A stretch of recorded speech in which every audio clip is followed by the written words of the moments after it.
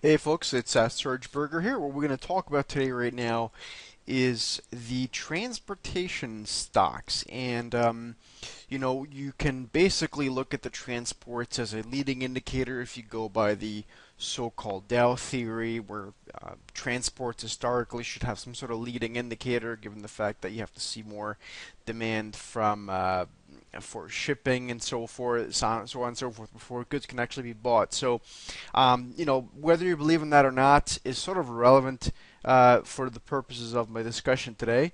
I just want to look at the price action and see what we can pull out of that. Okay, so for one, note that pretty much it's been a pretty good move higher here, obviously with the past 12, 15 months or so.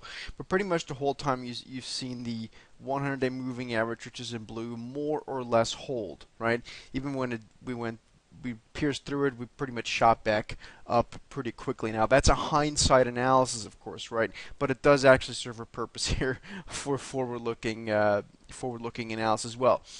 So most recently, again, you saw this sort of V-shaped, bounce into the 100-day and back up. And right now we're consolidating here, and pretty much a consolidation is in a very constructive manner. It's something that we refer to as a bull flag, okay, which essentially tends to resolve to the upside here.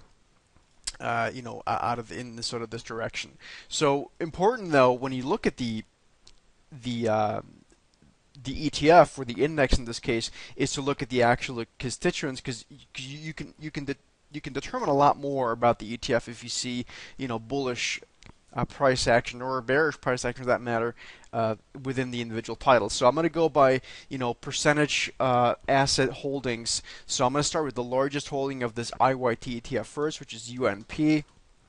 Okay, and UNP basically is doing the same thing, right? It's moving higher. It's consolidating here in this sort of fashion up here. So that's pretty good. Then you have FedEx, and I'm just gonna flip through them in order of um, of how large a holding it is. Nothing super bullish yet, but it's also holding in there. Then you have KSU, which is Kansas City Southern. This one is not exactly making new highs, but it is getting it up to a point where, you could argue that if it breaks or past this resistance, it has room into the 200-day moving average. So also, not something I'd call bearish. Then you have KEX, which is Kirby Corp, holding its 200-day. Then of course we have UPS.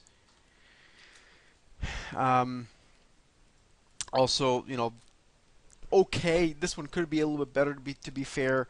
Then we can look at things like Ryder, and you see this one just going straight up. And so you see the point here. You have a pretty decent amount of these stocks that are actually just moving higher and are not something that I would consider bearish. So the point of the analysis is that the transports, or at least the price action you're seeing in the IYT, is actually more or less being confirmed by the individual stocks.